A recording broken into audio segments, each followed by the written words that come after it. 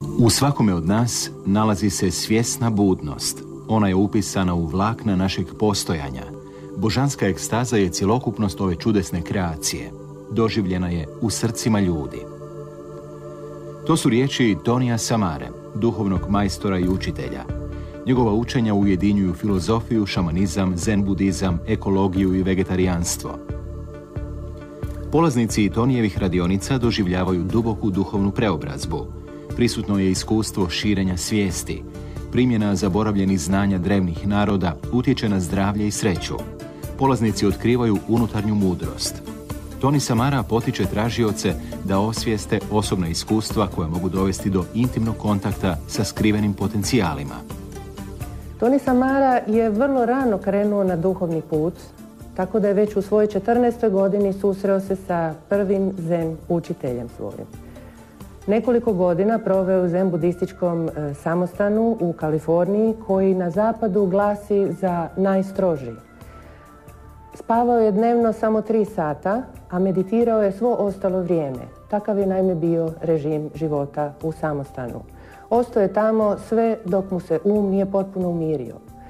Veliki niz godina proveo je sa Indijancima u Amazoniji i u Andama i tamo je živio i učio sa šamanima koji su ga ujedno i inicirali u načine svetog iscjeljivanja tog naroda. Kao dijete živio je u Egiptu, Cornwallu, a također i u Australiji i Novom Zelandu. Svuda se duboko povezivao sa domorodačkim stanovništvom. Iz Južne Amerike odlazi jednostavno zato što je želio podučavati i podijeliti sa ostalim svijetom tu veliku i duboku mudrost. Sve ono što je spoznao nesebično širi dalje. On smatra da je otvaranje srca prema životnoj sreći prirodno stanje koje može svatko doživjeti. Tada se stapaju radost i mudrost. Duša dopire do univerzalnog mira. Toni poučava na duhovit, ponizan i strpljiv način. Polaznici osjećaju povjerenje. Raste unutarnja snaga i hrabrost. Put prema cjelovitosti vodi prema istinskoj slobodi.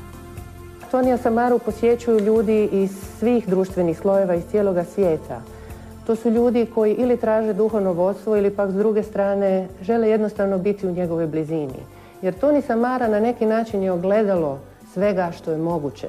On nas podsjeća na beskonačni potencijal koji čovjek nosi u sebi. Toni Samara zainteresiran je za praktičan unutarnji rad. On poučava osobnim primjerom i uputama kako bi se polaznik prepustio ostvarenju blaženstva i oslobađanju duše. Moje osobno iskustvo u dugogodišnjem radu sa Tonijem Samarom, kao i želja da što veći broj stanovnika, odnosno veći broj ljudi u Hrvatskoj se upoznaju sa njegovim radom, potakla me da dadem svoj doprinos njegovom projektu i da prevedem njegovu knjigu Mudrost šamana. U njoj se zapravo govori o velikoj mudrosti koja još do sada nije javno bila otkrivena, a koju prakticira grupa naroda s poviješću starijom od 5000 godina. Knjiga na praktičan i jednostavan način predstavlja univerzalno šamansko znanje do kojeg je Toni došao putem inicijacije. Korisne mudrosti drevnih naroda primjenjuju se fizičkim vježbama i vježbama disanja. Tehnike tumačenja snova podižu samopouzdanje.